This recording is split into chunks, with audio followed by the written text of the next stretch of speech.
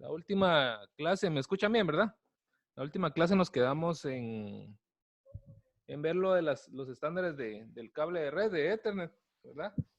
Habíamos platicado en cierta manera de esos estándares, ¿verdad? Categoría TES, que transmitía a una velocidad de 10 megabits por segundo.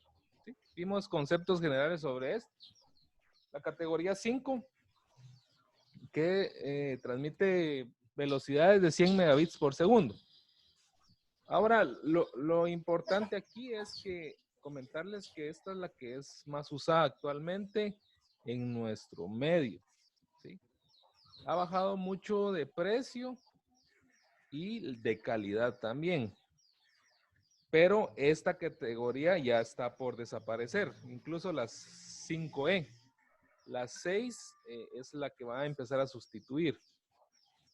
Es importante mencionar esto porque he visto cables de red que no cumplen con ciertos estándares o con calidad, podríamos decir. En el mercado hay cables de red, por decirles algo, que el metro vale un quetzal, el metro de cable de red, más o menos, o unos 50. Pero cuando uno agarra el cable, no cumple con ciertas normas. Si uno lo dobla un poco, hasta el forro de plástico se rompe. Y no debería ser así. Cuando nosotros estamos cableando con ese tipo de cable, puede quebrarse por dentro, ¿sí? Y esto también minimiza la velocidad de transmisión. En estándares y en normas, el cable debe tener una cierta curvatura, ¿verdad? Me lo recuerdan cuando les esté mostrando los cables. Y que esa curvatura la debemos de respetar, porque si no respetamos esa curvatura, va a minimizar y el cable no va a estar funcionando, digamos, en sus óptimas condiciones. Es increíble, pero doblar un cable, sin, existen certificaciones y certificadores, equipos certificadores. ¿Qué significa esto? Que estos equipos lo que hacen es una medición del cable para ver si está transmitiendo como debería de transmitir. Y por un pequeño doblez que se le haga, ¿verdad? Ya no transmite a la velocidad en que debería. Yo puedo doblar el cable y regresarlo a su forma normal, pero ya lo dañé, ¿sí? Entonces ya no está certificado. Y eso es algo que debemos de tomar en cuenta. Aquí lo que se transmite son datos, ¿sí? Los datos en forma de pulsos eléctricos. Y estos datos, mientras mayor cantidad de velocidad queremos que se transmitan, pues el medio de transmisión debe estar limpio, estar bien, ¿verdad? Para que la información, pues al final llegue completa y sin demora, que la latencia se disminuya. Entonces, el categoría 5, como les comentaba, no está por desaparecer, ¿sí? Ya no lo van a producir. Nosotros deberíamos de empezar a utilizar categoría 5E o 6, ¿verdad? 6 principalmente, solo que los precios obviamente van a subir, ¿verdad? ¿Por qué? Porque nosotros vamos a pensar en un futuro. Esta categoría, pues, pasará unos 5 o 8 años en que empiece a otra vez a desaparecer la categoría 6. Y si yo le instalo al cliente una categoría 5 en un año y medio, 2 años, eh, cuando él quiera en su red aumentar su velocidad y sus equipos, ya no va a poder, habría que cambiar todo el cable. Entonces, con categoría 6, nosotros estamos preveyendo y garantizándole al cliente que su red va a durar por muchos años, ¿verdad? Porque los equipos ya no van a venir con categoría 5, sino 6, 6A, ¿verdad? O el 7. Entonces, ese es el sentido de venir y utilizar un tipo de categoría. Bueno, ¿vamos bien hasta ahorita?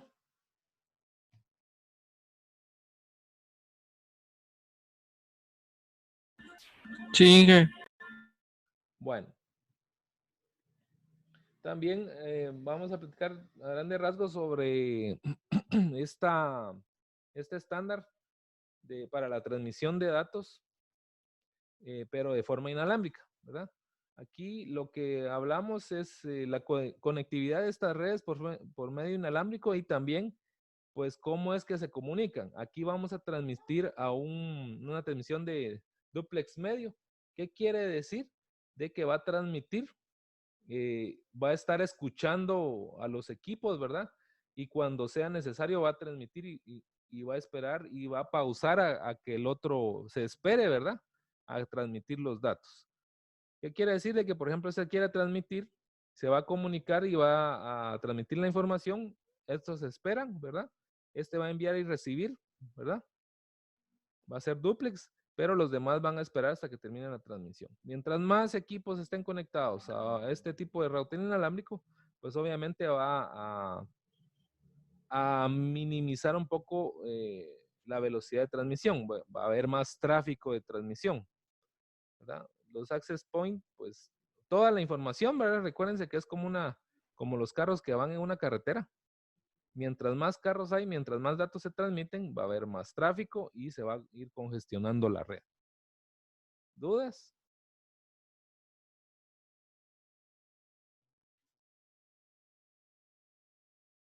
Los equipos traen esos estándares, ¿verdad? Y estos estándares me determinan la velocidad máxima, ¿verdad? Y el alcance máximo y a qué frecuencia transmiten. Hay equipos que vienen con combinaciones, ¿verdad? Por ejemplo, traen BG, ¿verdad? O traen AC, traen diferentes combinaciones. ¿Qué quiere decir esto? De que pueden funcionar y transmitir con equipos tanto con estándares B, 802.11b, como 802.11g, ¿sí? Entonces,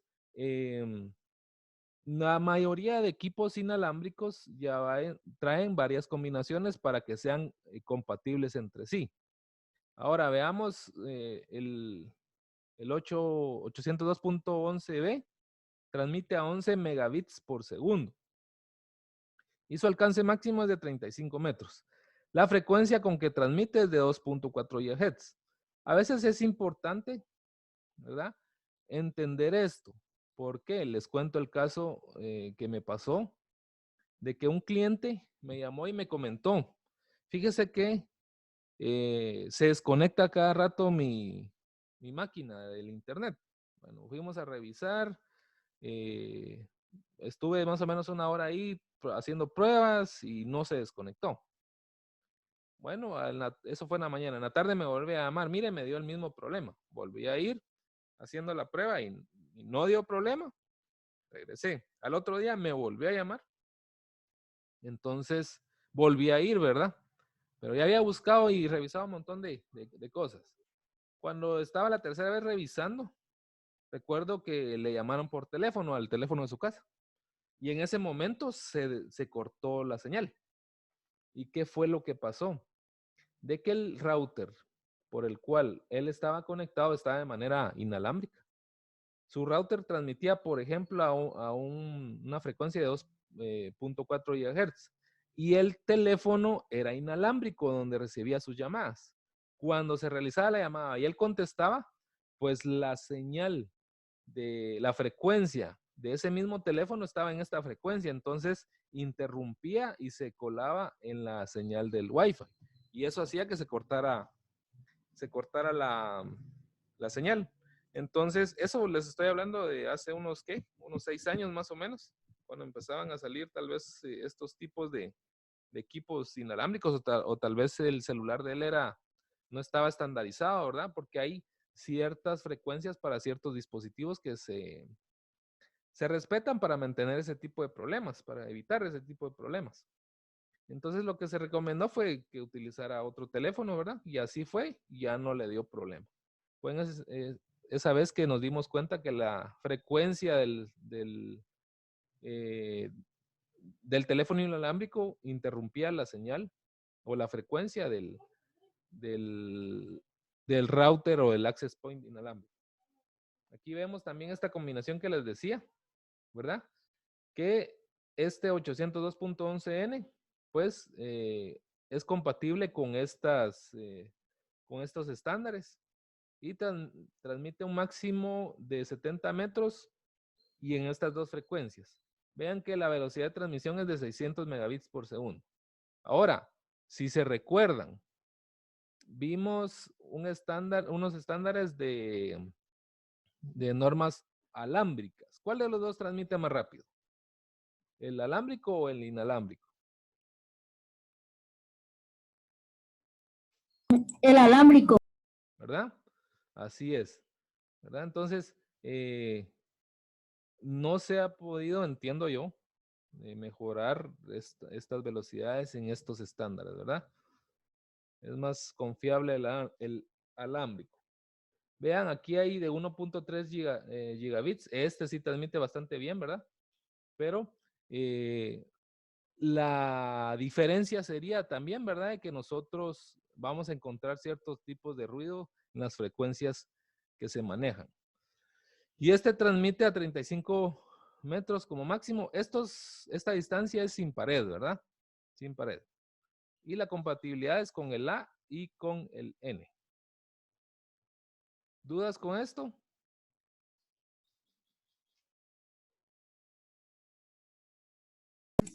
Vamos bien, Inge. Por 2. Bueno, entonces, ¿qué métodos de seguridad hay en la transmisión inalámbrica? Tenemos la autenticación, ¿verdad? Que se divide en abierta y compartida, clave compartida. ¿Qué significa abierta?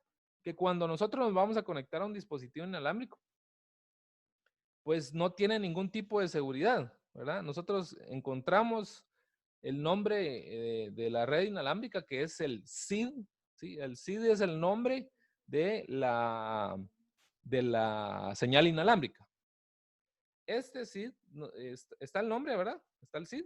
Nosotros lo seleccionamos y nos conectamos directamente. No nos está pidiendo ni nombre de usuario ni contraseña, ¿verdad? No nos está pidiendo nada. Y podemos entrar a la red y ver y conectarnos, ¿verdad? A esa red. Ahora, ¿qué hay que tener en cuenta con eso? De que nosotros debemos de tener cuidado con esos tipos de redes, especialmente en lugares públicos como, digamos, en centros comerciales, ¿sí? O si vamos a viajar tal vez en algún aeropuerto o en centrales de buses donde haya señal inalámbrica gratis. ¿Por qué? Porque puede ser utilizada por cibercriminales para accesar a nuestros dispositivos y robar información. Entonces, la recomendación es que cuando ustedes se conecten a una red abierta, no ingresen, digamos, no realicen compras en línea, porque ahí están ingresando su tarjeta de crédito y todos los datos, ¿verdad? Y esos pueden ser capturados para ser usados posteriormente para el beneficio de esos cibercriminales. Entonces, y la autenticación con clave compartida, la que nos pide, ¿verdad? La contraseña. La clave web es la que más se utilizaba hace un par de años. Se empezó a cambiar por la WPA. ¿Por qué? Porque esta era bien vulnerable. Por medio de un programa, pues uno empezaba a escuchar los datos de la clave del SID, ¿verdad? De la señal del SID empezaba a escuchar los datos. Uno intentaba conectarse y este respondía. Entonces capturaba esos paquetes y ya los descifraba para encontrar la clave web. Y por medio de unos 10, 15 minutos y mucho, ya tenía la clave web, ¿verdad? Luego la ingresaba otra vez y la ponía y ya ingresaba a la red. Ahora la WPA y la WPA2 pues tienen un método de encriptación más eficiente que por el momento pues no es tan fácil vulnerable. Entonces, por eso es que normalmente ahora los equipos vienen con estos dos, digamos, métodos de encriptación. ¿Sí? ¿Alguna duda con esto?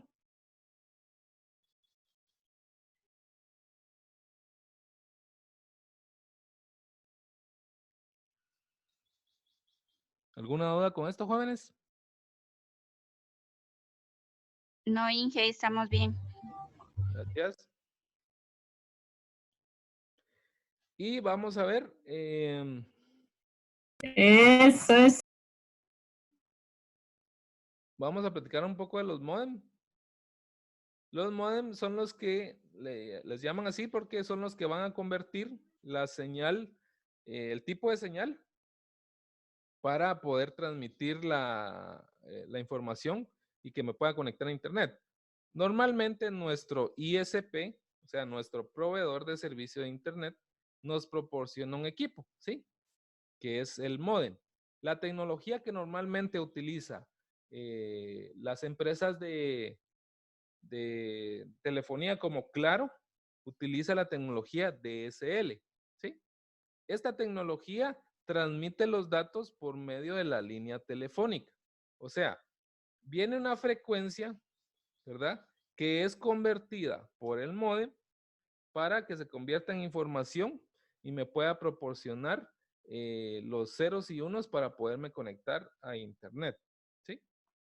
Ahora, la empresa que utiliza módem de cable normalmente es la de Tigo, que utiliza el cable coaxial, ¿sí?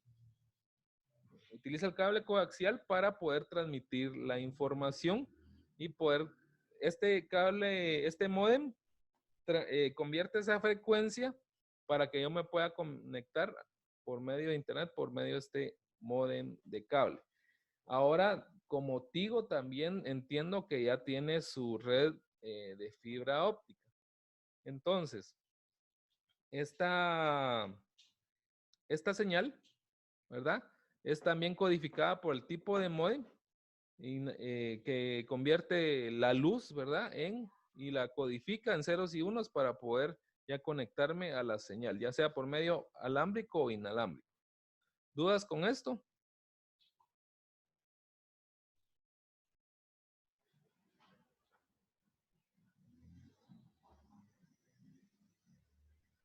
Todo bien.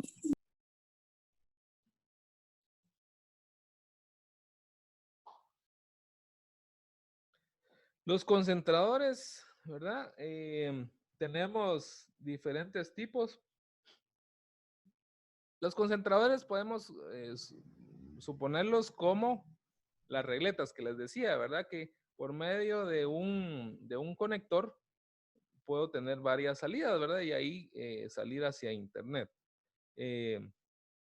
Los concentradores en sí, la palabra concentrador, ¿verdad? Estos concentradores ya casi no se están usando, ya están saliendo se están descontinuando. También tenemos los puentes, que son los que realizan la conexión de un segmento de red a otro. Por ejemplo, si la red está, digamos, muy distante y pasa los 100 metros que habíamos comentado, ¿sí? Si pasan los 100 metros, entonces debemos de tener un puente para que logre conectar los dos segmentos de red. Y también tenemos los switches que microsegmentan una LAN. ¿Qué significa esto? De que ya van creando, digamos, segmentos y este es configurable para que pueda crear diferentes tipos de redes, ¿verdad? O de segmentos de red. Para que yo pueda decirle, esta computadora pueda imprimir, ¿verdad? Y esta computadora no pueda imprimir en esto, ¿verdad? Entonces, estos switches tienen la capacidad de ser configurables para que microsegmenten las redes. ¿Dudas con esto?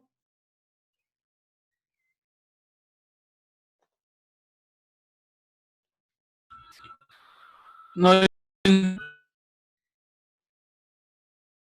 Es decir, le da señal a todas las computadoras.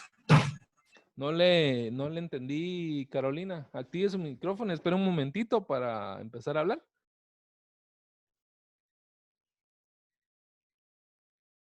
Carolina. No le escuché, Carolina. ¿Ya puede hablar, Carolina? Eso estaba diciendo yo que este switch, ya estoy hablando, sé que este switch de en medio hace que le des. Estoy hablando, no me escucha. Sí le escucho. Sí le escucho, Carolina. Ahorita ya no, ya canceló su micrófono. Vuélvalo a repetir, por favor. Ay, va. Lo que pasa es que ese, el switch que está en medio le da señal a todas las computadoras. Que el switch que está en medio, es el que le da señal a todas las computadoras y también puede remodelar para darle señal también a la impresora, ¿ah? ¿Así dijo?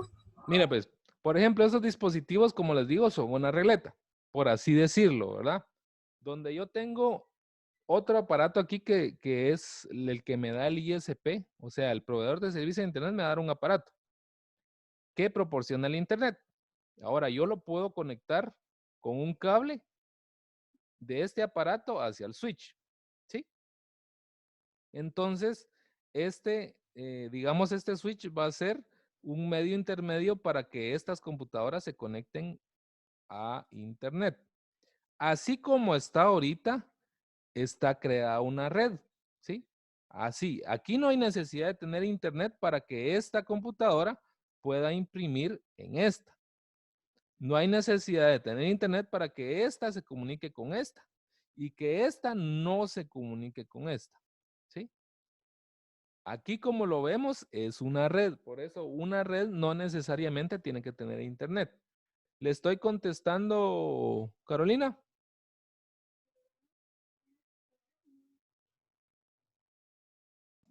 Sí, gracias. Y como le decía, pues este puente pues comunica de un segmento de red hacia otro. Puede ser de que por aquí esté el equipo, ¿verdad? Que se llame que sea el equipo que me provee el ISP y este esté conectado a este concentrador, ¿verdad? Aquí falta, digamos, el otro equipo que esté conectado al concentrador. Aquí todas estas redes no tienen internet aparentemente, ¿verdad? Porque no hay ningún dispositivo que esté conectado con internet.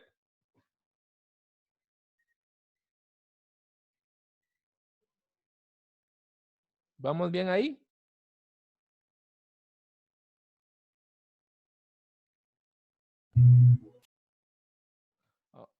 Ahora, esta red tampoco tiene internet, ¿sí? Aquí, si se dan cuenta, yo tengo mi switch que me conecta a esta red, ¿verdad? A estas computadoras. Y de aquí parto hacia un access point, ¿sí? Hacia un access point inalámbrico. O sea, el punto de acceso es inalámbrico. Puede ser un router inalámbrico o un switch inalámbrico, ¿sí? Y este me va a comunicar con estos equipos inalámbricos. Al final, todas estas computadoras están conectadas a la red, ¿sí? Todas están conectadas a la misma red, ¿sí? Y ahora sí, veamos esta parte de acá. Aquí tengo encerrado en este cuadro una red, ¿sí? Y tengo un router. Este router yo conecto de manera alámbrica a una impresora, una computadora y un teléfono IP. Todos estos son hosts, ¿verdad? Y este es el equipo intermediario. Y como este router es inalámbrico, también conecto este host por medio inalámbrico. Ahora, este router está conectado a Internet. Este sí. Y me puede conectar hacia otra red, que en este caso es un centro de datos, ¿verdad? En el cual tiene un router y este router está conectado a un switch, el cual tiene conectado estos hosts que son servidores, ¿ya? Creo que está quedando un poco más claro, Carolina. Sí, Gracias.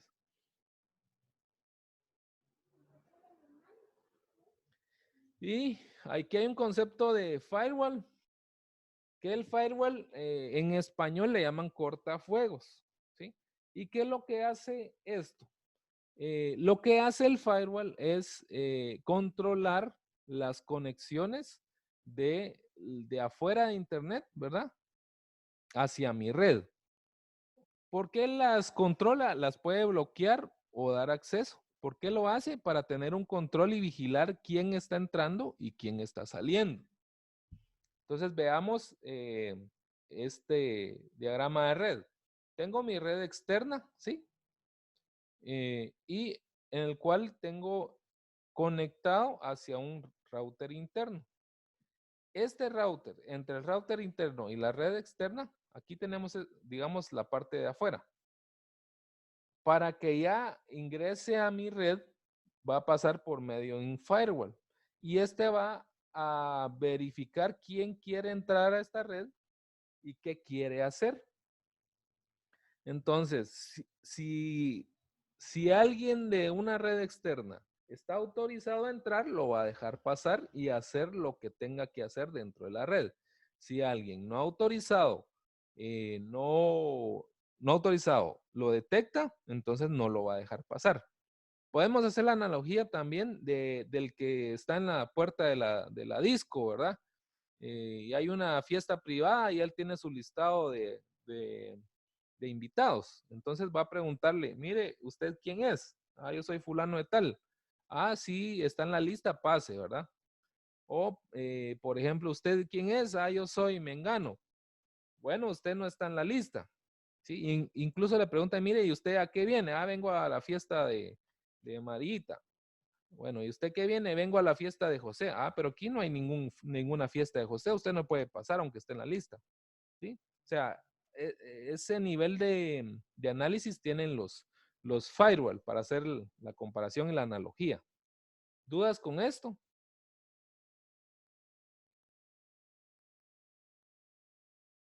Ahí vamos. Vaya. Es importante mencionarlo, ¿por Estamos qué? claros, Inge. ¿Perdón? ¿Perdón, Germán? No le escuché. Ahí estamos claros, Inge. Gracias. Este firewall es importante mencionarlo. Primero, mencionar de que hay firewall físico y hay firewall lógico. El físico es un aparato, ¿sí? Es un aparato que pareciera un switch. Y el lógico es un programa que se instala en una computadora, digamos, en un equipo informático. Entonces puedo tener de los dos tipos. ¿Por qué es importante conocerlo? Y configurarlo también. Porque yo puedo crear, a la hora de crear hacer mi práctica de el laboratorio de café internet, ¿sí? Yo debo de considerar el firewall. Si está activado, ¿verdad? Si está activado, muchas veces bloquea muchas conexiones y no voy a poder ver un equipo con otro. Si está activado, lo debo configurar para que me deje ver el otro equipo, ¿sí? Entonces, muchas veces cometemos el error de decir, bueno, no hay comunicación entre la H1 y H2. Y estoy va a probar cambiándoles direcciones IP y probando un montón de cosas, pero nunca verifico el firewall. Entonces, es una de las cosas que debo verificar primero. Por eso se los comento de una vez para que no tengan problemas en ese sentido. Que el firewall controla las conexiones, ¿verdad? Dentro de una red. ¿Dudas?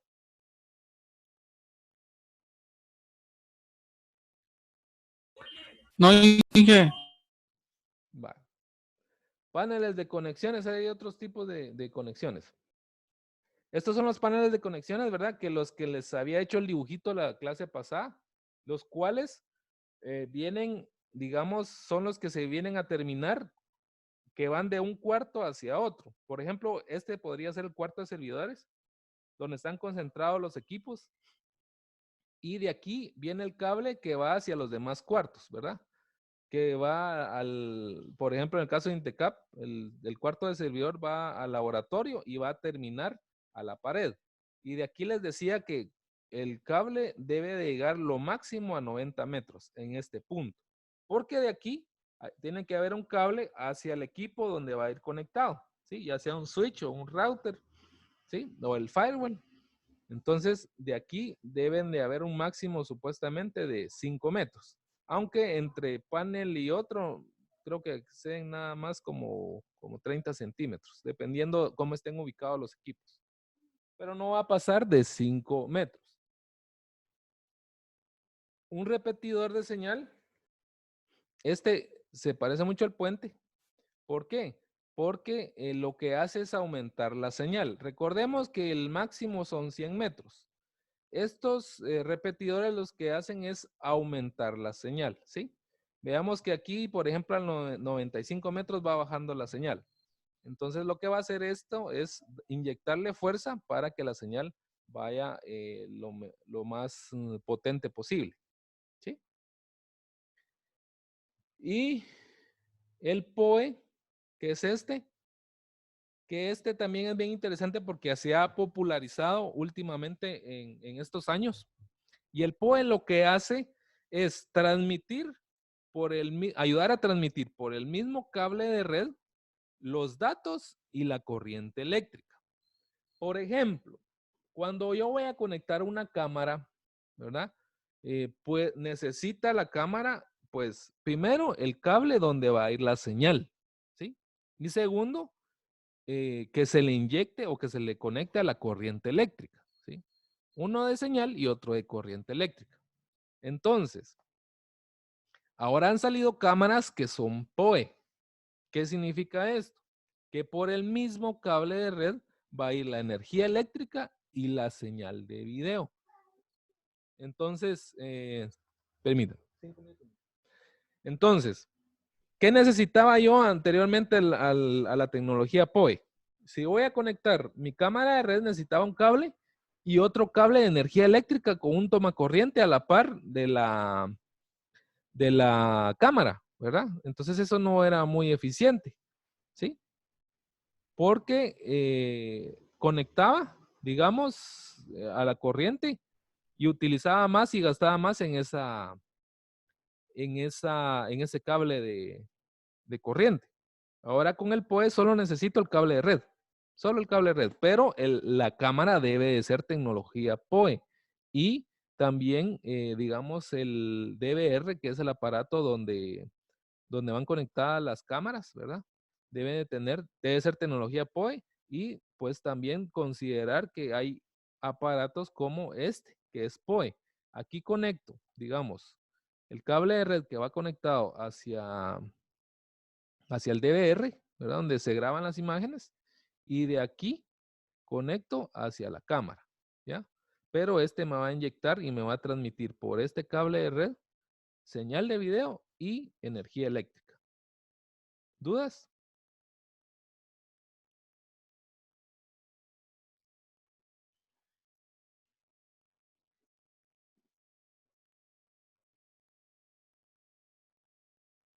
¿Dudas? Nos vamos bien. Bueno, ya solo quedan 5 minutos. Vamos a tomarnos un descanso, unos 15 minutos. Sí.